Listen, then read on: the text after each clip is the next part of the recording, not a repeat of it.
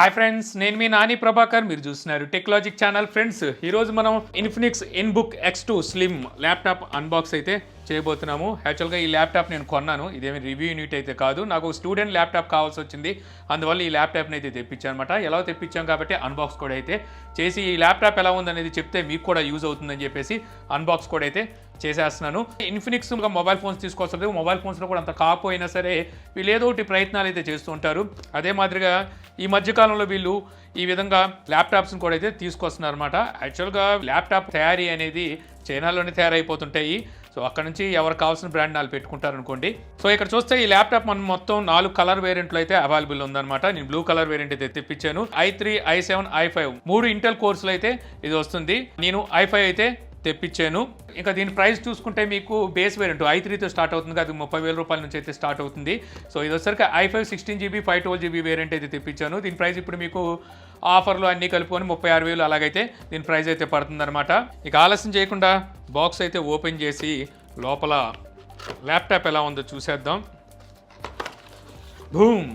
So ఇంకా బాక్స్లో మనకి ఒక Type-C to Type-C కేబుల్ని అయితే ప్రొవైడ్ చేస్తారు. ఒక ట్రావెల్ అడాప్టర్ని అయితే ప్రొవైడ్ చేస్తారు. ఈ ట్రావెల్ అడాప్టర్ మీకు 65 వాట్ ట్రావెల్ అడాప్టర్ అనమాట. ఒకప్పుడు మనకి ల్యాప్టాప్ అడాప్టర్లు అనేసరికి ఇంతంత లావు వచ్చాయి, మెల్లమెల్లగా ఇవి తగ్గిపోయి మొబైల్ ఫోన్ అడాప్టర్ సైజ్కి అయితే వచ్చేసినాయి. ఇక తర్వాత ఇక్కడ మనకి ల్యాప్టాప్ అయితే ఉంటుంది. ఈ విధంగా ప్యాక్ చేసి ఈ ల్యాప్టాప్ తీసి పక్కన పెడదాం. ఇంకా ఇక్కడ ఒక యూజర్ మాన్యువల్ అయితే ఉంటుంది. ఇక అంతే, మనకి బాక్స్లో ఇవే ఉంటాయి, ఇంతకు మించి ఏమి బాక్స్లో అయితే లేవు. సో ల్యాప్టాప్ చూడొచ్చు, ఇది మనకి బ్లూ కలర్ వేరియంట్ అనమాట. డ్యూయల్ షేడ్లో అయితే కనిపిస్తూ ఉంటుంది. ఇది మనకు కొంచెం మెటాలిక్ గ్లాస్ ఇలాగైతే కనిపిస్తూ ఉంటుంది. ఇక్కడ మ్యాటి ఫినిష్ వస్తుంది.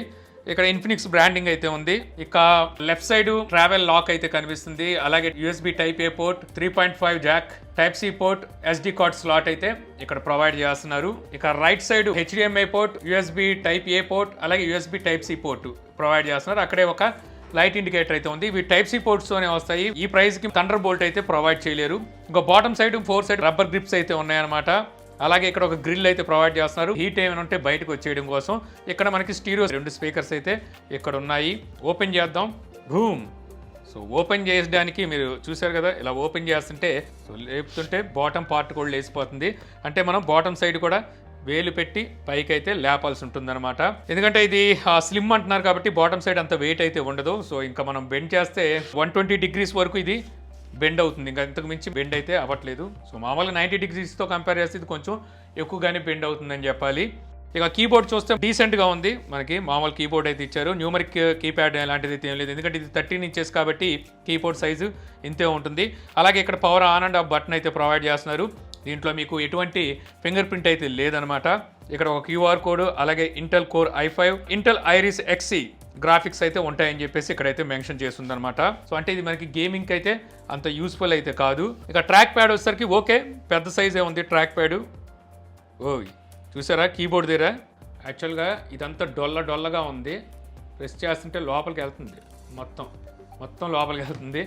సో ప్రెస్ చేస్తుంటే డొల్లగా ఉందన్నమాట. ఇదంతా డొల్లగానే ఉంది.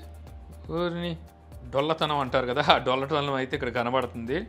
ఇంకొంచెం బిల్డ్ క్వాలిటీ విషయంలో వీళ్ళు కొంచెం కేర్ తీసుకుంటే బాగుంటుంది. పవర్ అయితే ఆన్ చేద్దాం.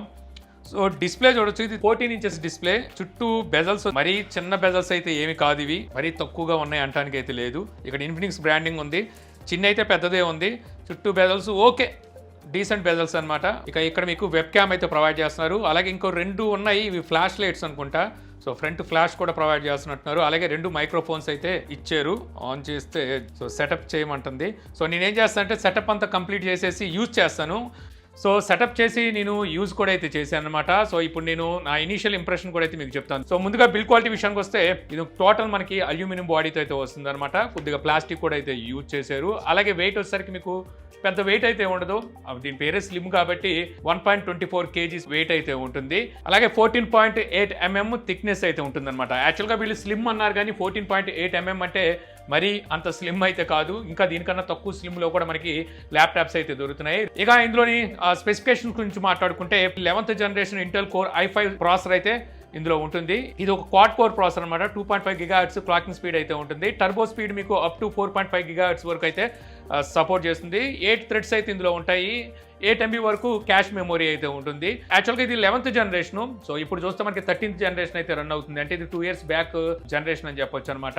ఈ ఇయర్ ఎండింగ్ నాటికల్లా 14th జనరేషన్ కూడా అయితే వస్తుంది. ఇక గ్రాఫిక్స్ కూడా ఇంటెల్ ఐరిస్ ఎక్సీ ఈ గ్రాఫిక్స్ అయితే ఇందులో యూజ్ చేశారు. ఈ గ్రాఫిక్స్ గేమింగ్ అయితే అంత యూజ్ కాదు. ఏదో మీరు టైం పాస్ కోసం చిన్న చిన్న గేమ్స్ ఆడతారంటే ఓకే, కానీ ఇందులో మీకు ఇంటెల్ గ్రాఫిక్ కార్డ్ ఉంది కదా, సో దీంతో మనం గేమ్స్ ఆడేవచ్చు అంటే కాదు. ఇది గేమింగ్ ల్యాప్టాప్ అసలు కానే కాదనమాట.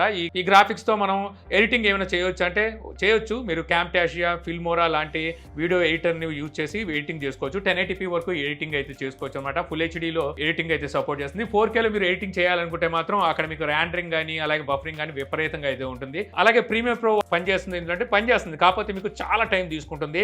మీరు ఎడిటింగ్ చేయాలన్నా ర్యాండరింగ్ చేయాలంటే చాలా టైం తీసుకుంటుంది. సో దానికోసం అయితే మాత్రం నేను గేమింగ్ ల్యాప్టాప్ తీసుకోమని చెప్తాను.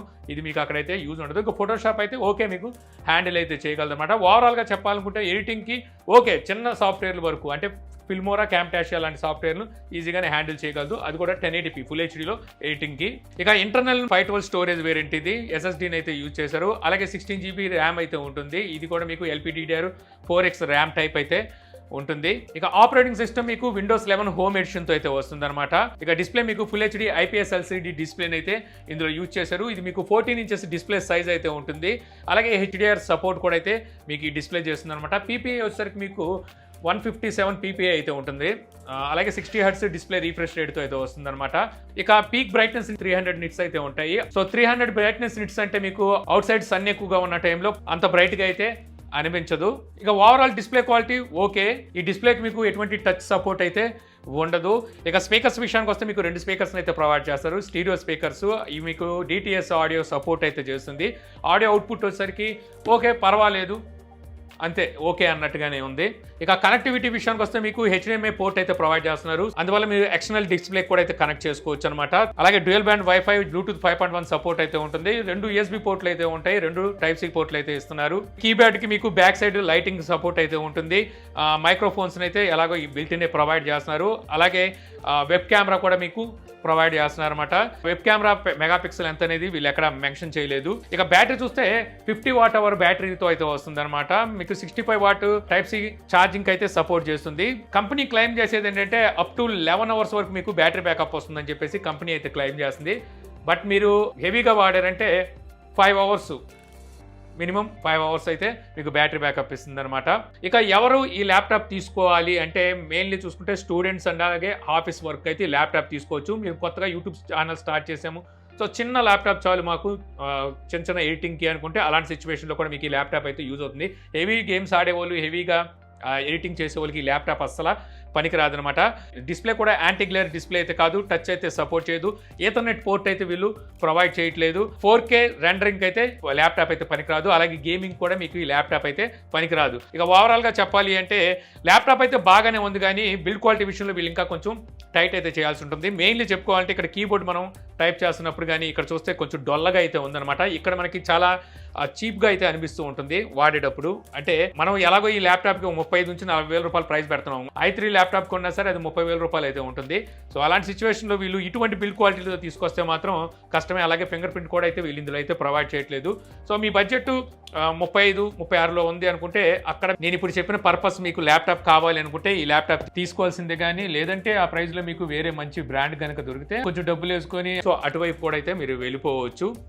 సో ఈ వీడియో ద్వారా మీరు ఇన్ఫినిక్స్ ఇన్బుక్ స్లిమ్ అన్బాక్సింగ్తో పాటు నా ఇనిషియల్ ఇంప్రెషన్ కూడా తెలుసుకున్నారని చెప్పి ఆశిస్తున్నాను. ఈ వీడియో కనుక మీకు నచ్చితే లైక్ చేయగలరు. యూట్యూబ్లో మా ఛానల్ని ఇంకా సబ్స్క్రైబ్ చేసుకోకపోతే ఇలాంటి మరిన్ని వీడియోస్ కోసం మా ఛానల్ని సబ్స్క్రైబ్ చేసుకోవడం మర్చిపోమాకండి. So thank you for watching. జై హింద్.